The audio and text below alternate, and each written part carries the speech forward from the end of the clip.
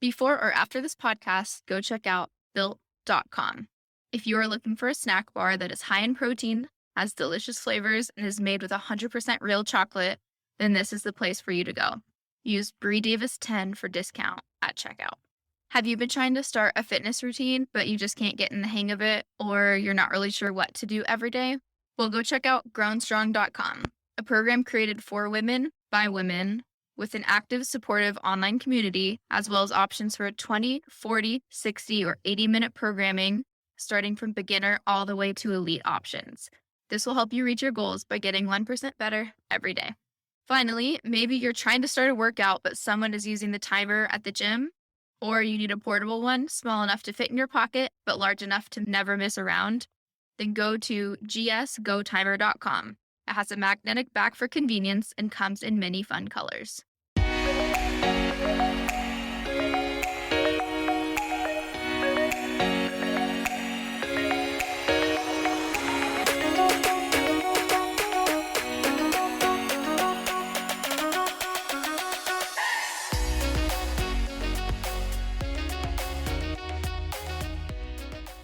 Hello and welcome to Dr. Bre, the podcast, hosted by me, Dr. Bre, but to pretty much everyone else, other than a few of my patients, I just go by Bre. I am beginning a new topic, but have an amazing episode in the future diving even deeper with an expert who also specializes in social work, spotting and helping with trauma, and specifically related to our first responders. But to start it off, here we go. Each new episode I do with you guys, I wanted to do something kind of fun and give you guys a life hack. So if you guys have any fun life hacks, please send them my way and I will add yours. I'll usually give one, but the first one, I used my air fryer again to cook last night, and I just want to say air fryers are amazing. You don't have to go get one, but it's definitely one of my favorite ways to cook now. I can not only cook meat super fast, but I can air fry some veggies to make some crispy veggies. I just made healthy little potato chips. I also really like making my own little chicken nuggets with a healthier breading than other typical chicken nuggets. Anyways, also life hack. Maybe you can't sleep. Are you on your cell phone a lot right before bed?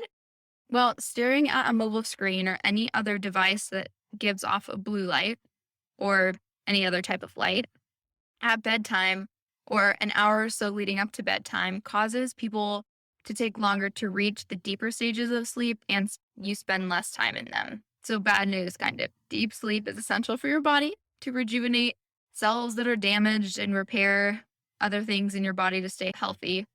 So if you're having trouble sleeping and staying asleep, maybe wait to check your Instagram in the morning. But hey, audio doesn't do the same thing, so plug in your headphones and take a listen to a podcast before bed as an alternative. Anyways, here we go. When you fly on a plane, if you've ever flown on a plane, the flight attendant always goes over pre-flight instructions, and one always being that they state, in case of emergency or in case of change in cabin pressure, please put your oxygen mask on first before helping others. Well, why is this important? Can this idea and metaphor be carried over for other areas of our lives? Is this idea selfish? Help ourselves before we help someone else, especially in a state of emergency? What if we have a child there? What if our spouse needs help? What if there's someone else there that needs help that we want to help first? Well, is it selfish? The answer is no. Because if you run out of oxygen yourself, you cannot help anyone else with their oxygen mask later. Okay, so although this is an extreme situation, we can take small lessons from this.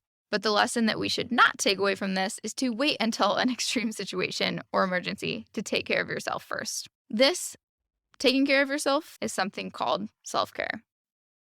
So you may be asking, what is self-care? Well, self-care has been defined as a multidimensional, multifaceted process of purposeful engagement in strategies that promote healthy, functioning, and enhance well-being.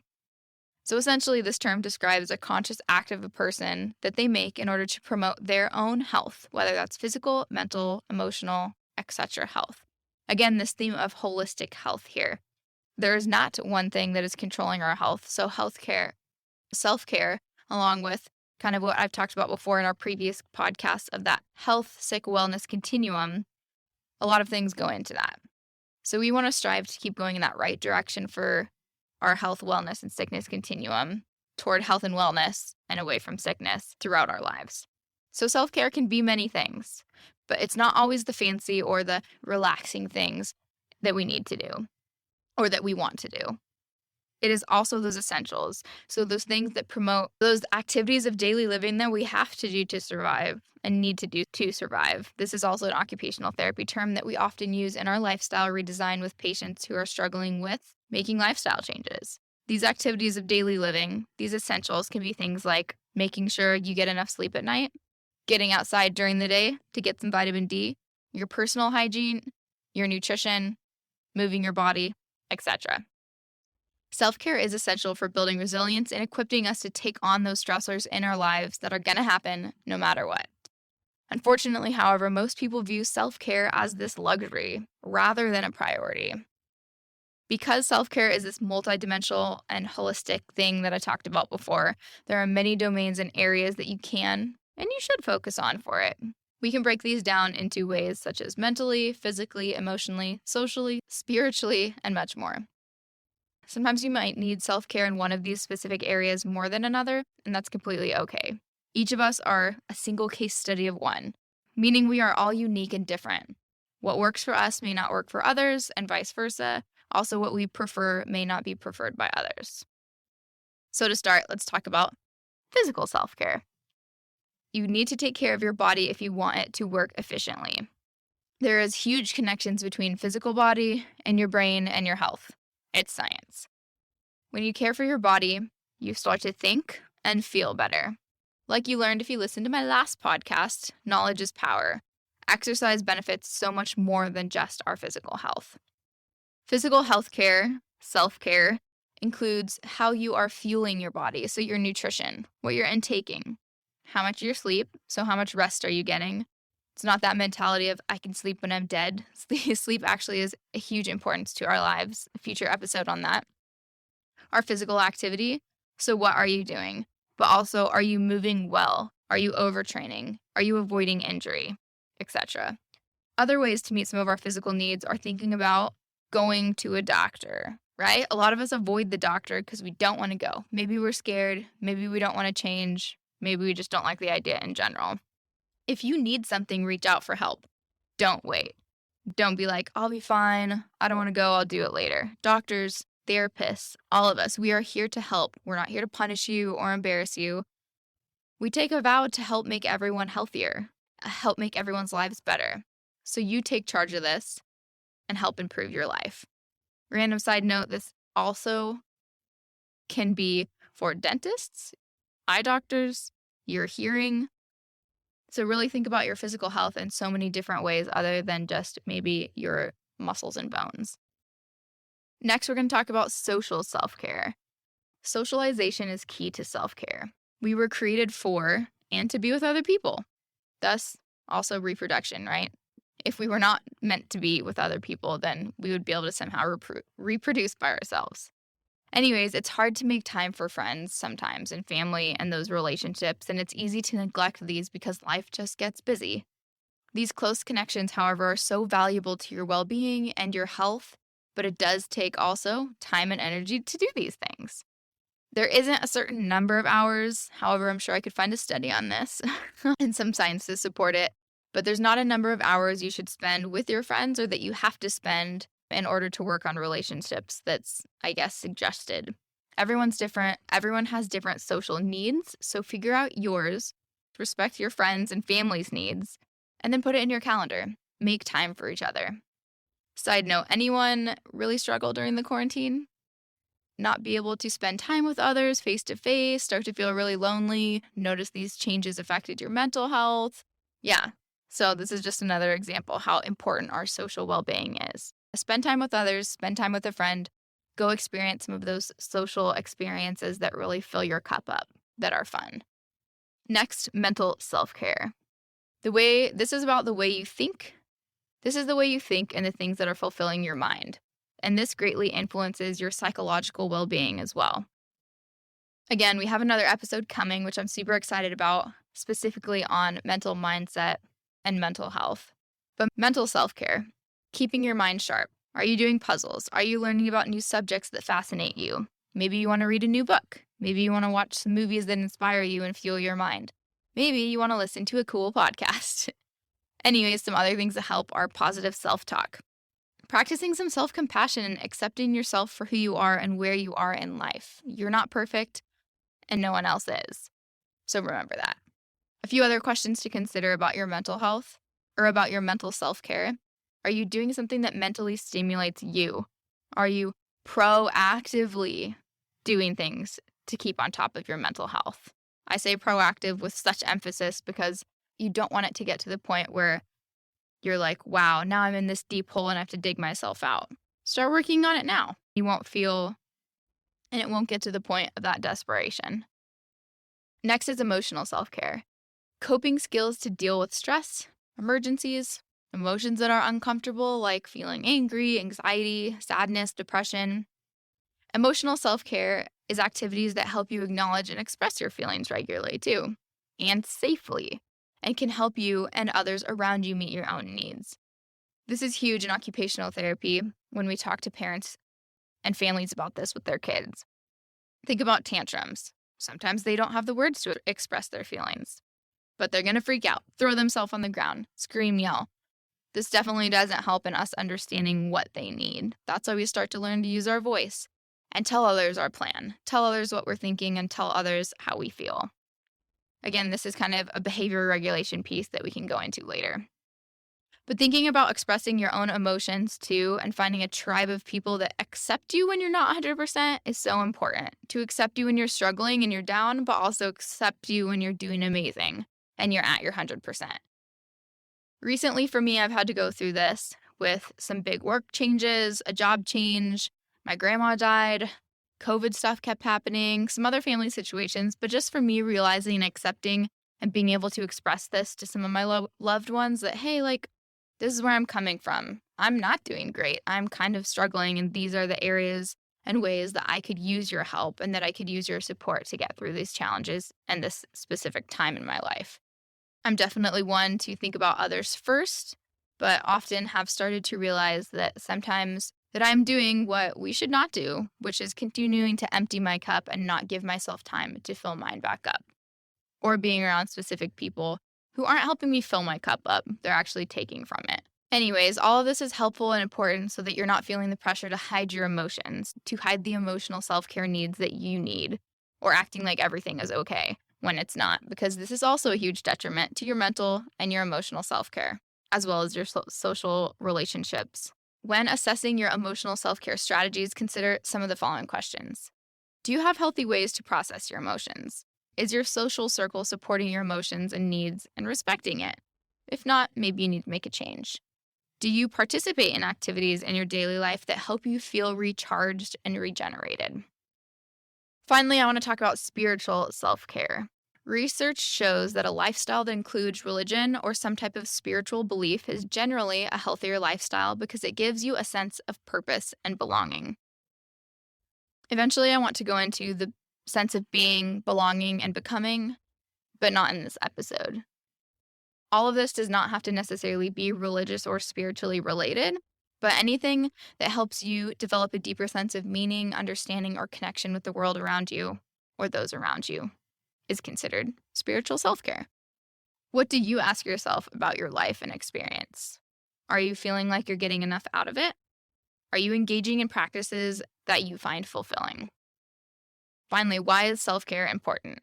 Having an effective self-care routine has been shown to have a number of important health benefits, some that include reducing anxiety and depression, reducing stress, improving our resilience, reducing burnout, which has been a huge theme in our healthcare setting with our healthcare workers recently, having stronger interpersonal relationships and friendships, improving your happiness, improving your energy, and then again, pushing us in that right direction on that health wellness continuum. According to the Health World Organization, WHO, self-care is important because it can promote health wellness, prevent disease, and help us better cope with illness. Oftentimes also, it's in our nature to want to help others. Thus, why I'm in healthcare, which has been an amazing opportunity, but also sometimes a detriment.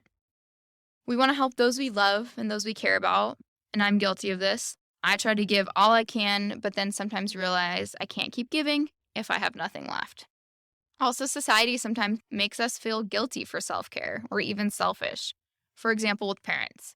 If a parent puts themselves first and maybe makes their child wait, or maybe they need to go plan a workout time at the gym or a date out with friends to socialize where they're away from their child. People often have tons of opinions on parenting in general, but this as well. Maybe this is looked down upon. This is frowned upon. However, let's take another example. A healthcare worker needs to take the day off and decompress, especially during these hard COVID times the past few years. Granted, if someone else can take their shift in their patients, this doesn't seem like a big deal. But when your health or your life is at stake, is anyone opposed to a healthcare worker taking self-care time in order to be ready to give you their full attention while at the hospital? No, of course not. Or a firefighter, when they need to take a break from some of their really long, multiple-day shifts to prepare to go fight fires and save lives? No. Anyways, my point being, no matter what your job or your quote-unquote level of importance is to society, all of us, every one of us deserve a break and deserve self-care. Like mentioned in our Think Big, Start Small podcast, Carmel Nickel gave us a great metaphor for that cup that I've been using.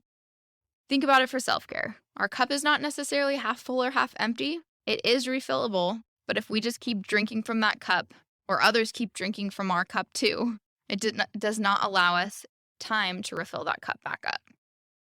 So don't wait for emergencies. Don't wait for that airplane situation, which hopefully no one will ever have to be in. But if you do find yourself burning out, you're also prone to potentially developing or putting yourself at risk for chronic or acute diseases or injury, increasing your anxiety, stress, and depression, and just overall, it takes away from our quality of life. We live in this world of go, instant gratification, wanting things now, the hustle and bustle. Example from this quote. It's actually not from Abraham Lincoln, but oftentimes it says it is. But anyways, says, things may come to those who wait, but only things left behind by those who hustle. We live in this world of hustle and gotta get it done. And how can we be better? And how can we move up? And how can we, expand and get further in our careers and stuff like that? That sometimes we just have to take a little break and a little pause. Also, we live in a world here in the United States, coming from a healthcare person and perspective myself, that's not really focused enough, I think, on preventative care, but only care after someone is injured or ill. Not really about prioritizing education and prevention. I'm not trying to get into any controversial topics here because obviously all of us are, as I said before, a single case study of one. But overall, if we all just focused on educating and providing ourselves with better nutrition and fitness and wellness and mental health strategies, this could help many before they have to seek assistance because it's too late, or seek assistance for obesity and chronic illnesses or ergonomical type related injuries and so much more. We need to realize and change this idea that we don't need to make an excuse to start slowing down, reprioritizing and making time and energy for our self-care. There needs to be a cultural shift in our ideals, our families, our work settings, and frankly, our healthcare. Also, we need to find a tribe. Create a tribe, continue to make these changes and push for this and find people and be people who are leaders in this. Who we are around is so important to our health and well-being. We'll go into more about tribe or who you're around in an upcoming episode. It's going to take some time and effort to do all of this, though, especially when talking and planning with your family or friends, maybe at your workplace. But just make that first step and at least trying. And above all, believe that you are worth it. Believe you are worth having some self-care. So, what are examples of self-care? Well, anything that gives you a sense of happiness, calm, reset, something that allows you to refill that cup. So it may be different for everyone, but for my ideal, sun and salt water. Getting some vitamin D and being anywhere near waves or the ocean is what I love. If I can't do this, anything related to my fur babies, friend time, and fitness. It really is super personal though, as everyone is different. Maybe you're more of a surround yourself by people type of person and that fills you up, or maybe that would drain your cup. Opposite end, maybe you're more of a give me my alone time, give me some peace and quiet, give me some of my own space to reset. Anyways, if you have no idea where to start, here are some ideas. Read a book, listen to an audiobook, not for research or work, but for pleasure. Exercise, move your body. Take a class or learn something new and fun. Talk to friends. Maybe if you can't exactly see them or go out and see them face to face. Maybe one benefit of COVID is that we've got super proficient with Zoom and FaceTime. Text them. Give them a call. Schedule time to do nothing. This is a funny or maybe a weird concept. Schedule in time to do nothing? Well, this allows you to be in the moment and do whatever happens to be relaxing at that time. Mark it off on that calendar. Maybe make a weekend of a do-nothing weekend. Take a bath. Take a walk in nature. Studies have actually shown that this can help people calm and reset and get away from the city lights and the hustle and bustle. Think back to our primal times, of course, of feeling safe, not being on the lookout for predators, but in nature. Meditate, breathe. Physically, this proves to help calm our body. I like to use a Calm app on my iPhone. Also on my iWatch, there is a breathing app. You can find videos on YouTube on breathing and meditation. Some other ideas, listen to some music. Back into my science spiel. Studies that show that music affects your emotions and memories. It directly is correlated with that area of your brain. And that's why you can hear a song from maybe a while ago or maybe prom or an old hype song for sports. And you can feel some of those same feelings or remember what you were doing when you heard that song. Do something for ambiance, whether it's essential oils. Smell also directly impacts your mood and memory. Maybe this is buying fresh flowers. Maybe it's lighting. Maybe it's some candles. Maybe it's putting up some twinkly lights. Have you ever kept your Christmas lights up for a little bit longer? Or maybe you put them up earlier than December just because you wanted some of those Christmas vibes or those Christmas feels? Again, this is super subject to each person, though. Maybe you don't celebrate Christmas. Maybe you don't have some great Christmas memories and you don't have the emotions attached to this. Eat good food. Memory and emotions is also specifically related to food. But also, there's a fine line and balance here, I think, between what you eat and feeling good in the moment. Are you going to regret this later? Are you going to get a stomach ache? It's all about balance here. Use positive self-talk. Another episode I'm going to go into is the importance of our mindset and how it can really trick our brain into either living in a positive or negative world and perspective. Example, let's think about Eeyore from Winnie the Pooh. If everything's sad and mopey and everything is a problem, life is going to feel that way too. Surrounding yourself with people and spending time with people you love or like, and that love you too, is also important.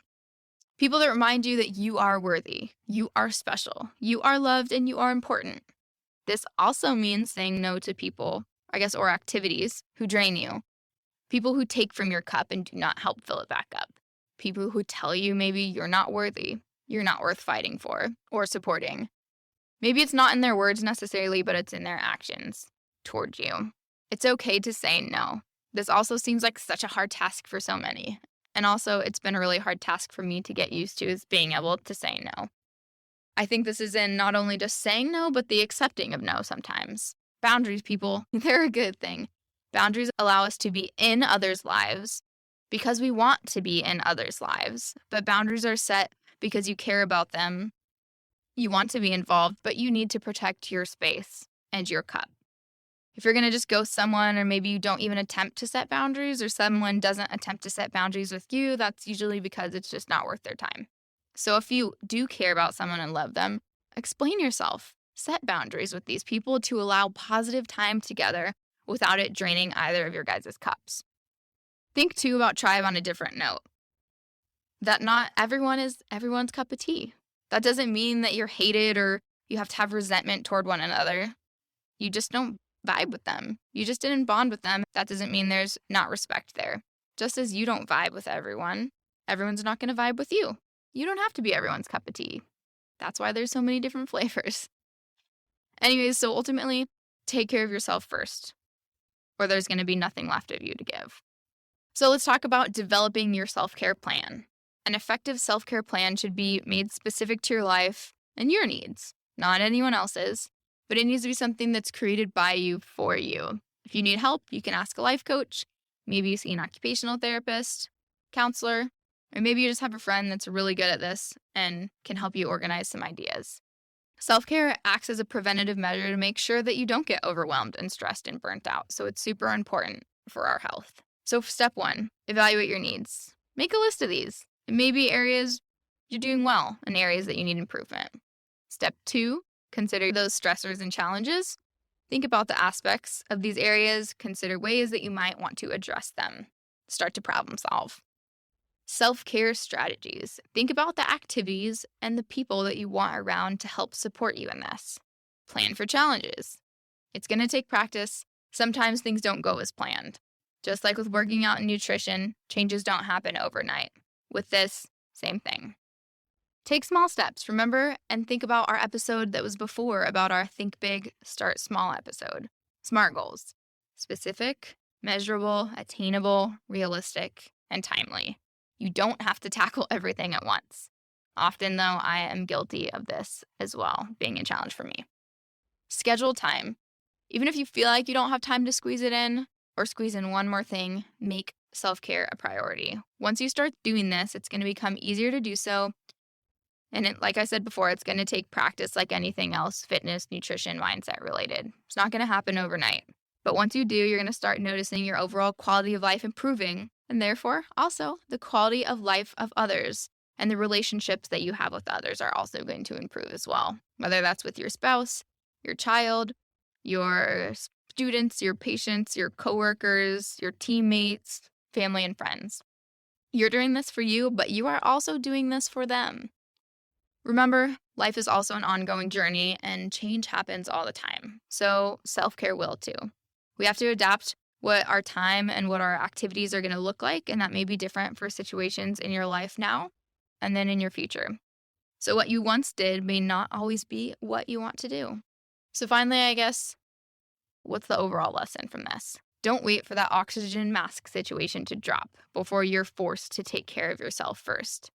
Tell yourself, you have permission to rest. You are not responsible for fixing everything that is broken. You do not have to try to make everyone happy. For now, take time for you. Thanks, guys.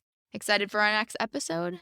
Go to my Spotify and Apple Music, and if you'd like, rate it, leave a comment, give me some suggestions for topics for the future. Thanks again, guys.